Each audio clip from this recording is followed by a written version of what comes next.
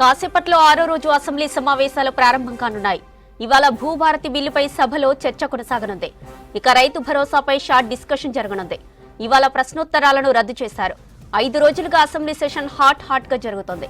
ఇక సభలో ప్రతిపక్ష అధికార సభ్యుల మధ్య మాటల యుద్ధం కొనసాగుతోంది.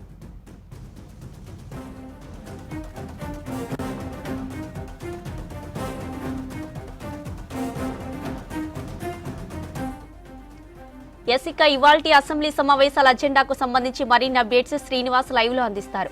శ్రీనివాస్, ఇవాల్టి సమావేశాల అజెండా ఏంటి? జ్యోతి, ఈరోజు అసెంబ్లీ సమావేశాలకు 6వ రోజు, శాసన మండలి కూడా 6వ రోజే. 10 గంటలకు శాసనసభ శాసన మండలి స్టార్ట్ అవుతాయి. శాసనసభ విషయానికి వస్తే ఒకసారి అసెంబ్లీ ఎజెండా చూస్తే, శాసనసభ స్టార్ట్ కాగానే భూభారతి మీద చర్చ ఉంటుంది. వాస్తవానికి ప్రశ్నోత్తరాలు ఉండాలి. 10 ప్రశ్నలు ఉంటాయి. 10 ప్రశ్నలకు సంబంధిత మంత్రులు సమాధానాలు ఇస్తారు. ఆయా పార్టీలు అడిగేటువంటి ప్రశ్నలకు ప్రభుత్వము సమాధానం చెప్పాల్సి ఉండే, కానీ సమయాభావం వల్ల ఈరోజు ప్రశ్నోత్తరాలను రద్దు చేస్తున్నట్టుగా అసెంబ్లీ ఎజెండాలో అసెంబ్లీ కార్యదర్శి పెట్టారు. కాబట్టి ఈరోజు ప్రశ్నోత్తరాలు ఉండవు. డైరెక్ట్గా అసెంబ్లీ స్టార్ట్ కాగానే భూభారతి మీద చర్చ ఉంటుంది. గతంలో టీఆర్ఎస్ ప్రభుత్వంలో హయాంలో ధరణి తీసుకొచ్చింది. దాని మీద పెద్ద ఎత్తున విమర్శలు వచ్చాయి.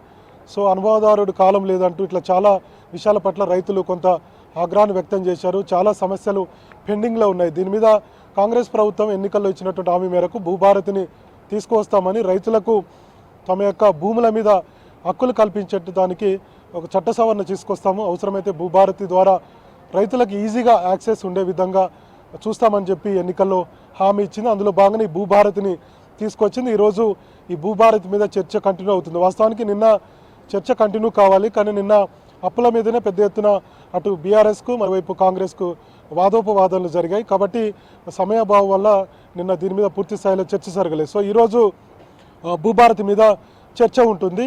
సో దీని మీద రాష్ట్ర ప్రభుత్వం కూడా ఒక ప్రకటన చేసేటువంటి అవకాశం ఉంది. ఇక మరోవైపు రైతు భరోసాకు సంబంధించి, రైతు భరోసా ఎప్పుడు ఇస్తారనేది అటు బీజేపీ కానీ మరోవైపు బీఆర్ఎస్ కానీ ఈ 2 పార్టీలు రాష్ట్ర ప్రభుత్వం మీద ఒత్తిడి తీసుకొస్తున్నాయి. ఎన్నికల్లో ఇచ్చినటువంటి హామీ మేరకు రైతులకు కౌలు రైతులకు ఏడాదికి 15,000 రూపాయలు, అట్లనే వ్యవసాయ కూలీలకు 12,000 రూపాయలు, దీంతోపాటు బోనస్ 500 రూపాయలు. వీటి మీద పెద్ద ఎత్తున రాష్ట్ర ప్రభుత్వం మీద విమర్శలు చేస్తున్నారు. కాబట్టి ఈ మధ్యనే ముఖ్యమంత్రి రేవంత్ రెడ్డి మహబూబ్ నగర్లో ఒక ప్రకటన చేశారు.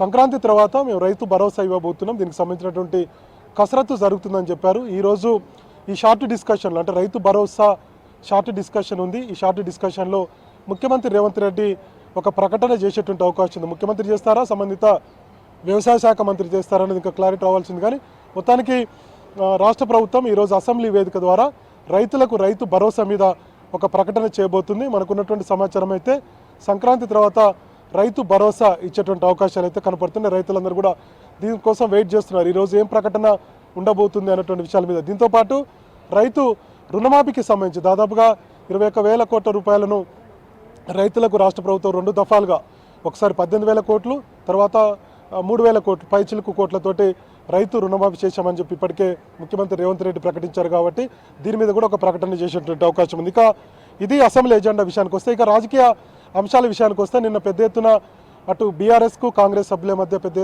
ఎత్తున వాదోపవాదాలు జరిగినాయి. అప్పుల విషయంలో ముఖ్యంగా బీఆర్ఎస్ ప్రభుత్వ హయాంలో 7 లక్షల పైచిలకు అప్పులు చేశారు. వాటి కోసం కిస్తీలు కట్టడానికి ప్రస్తుతం ఉన్నటువంటి ఆర్థిక పరిస్థితి సరిపోవడం లేదు. ఉద్యోగులకు జీతాలు ఇవ్వడమే గగనమైందన్నటువంటి విషయాలని నిన్న బట్టి విక్రమార్క ఆర్థిక శాఖ మంత్రి సభలో చెప్పారు. అడ్డగోలుగా అప్పులు చేశారు కాబట్టి రాష్ట్ర ఆర్థిక పరిస్థితి దిగజారిందన్నటువంటి విషయాలను ఆయన అసెంబ్లీ వేదిక ద్వారా ప్రజలకు చెప్పేటువంటి ప్రయత్నం చేశారు. ఎందుకంటే కాంగ్రెస్ పార్టీ ఎన్నికల్లో ఇచ్చినటువంటి హామీలు అమలు చేయాలంటే రాష్ట్ర ఆర్థిక పరిస్థితి కొంత బాగుండాలి, కానీ అట్లాంటి పరిస్థితి లేదు. అందుకే కొంత ఇబ్బంది అవుతుంది, ప్రజలు ఆలోచించండి అన్నటువంటి రీతిలో నిన్న అసెంబ్లీ వేదిక ద్వారా బట్టి విక్రమార్క మాట్లాడారు. దీనికి బీఆర్ఎస్ నుంచి మాజీ మంత్రి హరీష్ రావు మాత్రం మేము ఆ స్థాయిలో అప్పులు చేయలేదు, కేవలం 4,17,000 కోట్లు మాత్రమే అప్పులు చేశాం. అది ప్రాజెక్టులకు కావచ్చు, లేదంటే రైతులకు సంబంధించినటువంటి విషయాలు కావచ్చు, సంక్షేమ కార్యక్రమాలకు మాత్రమే అప్పులు చేశాం. కానీ కాంగ్రెస్ పార్టీ ఆరోపించినట్టుగా, కాంగ్రెస్ పార్టీ సభ్యులు చెప్తున్నట్టుగా, ఆర్థిక శాఖ మంత్రి బట్టి విక్రమార్క చెప్తున్నట్టుగా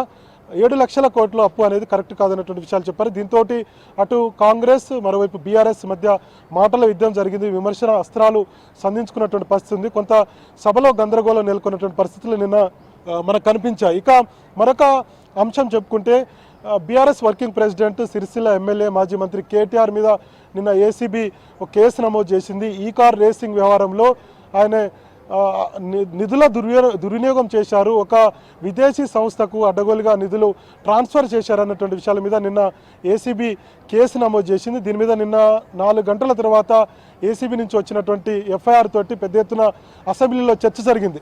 అది అధికార పార్టీ సభ్యుల్లో చర్చ జరిగింది, మరోవైపు బీఆర్ఎస్ ఎమ్మెల్యేలో చర్చ జరిగింది, బీజేపీలో కూడా లాబీల్లో పెద్ద ఎత్తున చర్చ జరిగింది. కేటీఆర్ను అరెస్టు చేస్తారా? గతంలో చాలాసార్లు ఈ వార్తలు వచ్చాయి. అటు మంత్రులు కూడా ఖచ్చితంగా తప్పు చేసిన వాళ్ళకి శిక్ష పడుతుందని కాంగ్రెస్ పార్టీకి సంబంధించినటువంటి మంత్రులు ప్రకటించారు.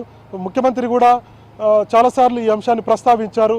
సో చట్టం తన పని తాను చేసుకుంటుంది, తప్పు చేసిన వారిని రాష్ట్ర ప్రభుత్వం వదిలిపెట్టదు అన్నటువంటి విషయాలను చాలాసార్లు ముఖ్యమంత్రి రేవంత్ రెడ్డి చెప్పుకుంటూ వచ్చారు. సో ఇట్లాంటి పరిస్థితుల్లో కేటీఆర్ అరెస్టు మీద పెద్ద ఎత్తున నిన్న అసెంబ్లీ వర్గాల్లో చర్చ జరిగింది. నిన్న సాయంత్రం ఆయన ప్రెస్ మీట్ కూడా పెట్టి తాను తప్పు చేయలేదన్నటువంటి విషయాన్ని కూడా చెప్పుకున్నారు. మరి చూడాలి ఏసీబీ ఎట్లా అంటే నోటీస్ ఇచ్చి ఆయనకు విచారణ చేసిన తర్వాత అరెస్ట్ చేయబోతారా, ఏం జరగబోతుంది అనేది కొంత ఆసక్తిగా మారింది. రాష్ట్ర ప్రజలు ఏమాత్రం అవగాహన ఉన్నటువంటి రాజకీయాల మీద అవగాహన ఉన్నటువంటి వాళ్ళందరూ కూడా నిన్న పెద్ద ఎత్తున కేటీఆర్కు ఏసీబీ ఏసీబీ కేసు నమోదు మీద తర్వాత ఎఫ్ఐఆర్ మీద పెద్ద ఎత్తున చర్చ జరిగింది. ఈరోజు కూడా అసెంబ్లీలో ఎమ్మెల్యేలందరూ కూడా ఇదే అంశాన్ని చర్చించుకుంటున్నారు. మరి చూడాలి దీని మీద రాష్ట్ర ప్రభుత్వం అంటే ఏసీబీ ఎట్లా రియాక్ట్ అవుతుంది అనేది చూడాల్సినటువంటి అవసరం ఉంది. ఇక మరోవైపు వాయిదా తీర్మానాల విషయానికి వస్తే బీఆర్ఎస్ ఒక వాయిదా తీర్మానం ఇచ్చింది.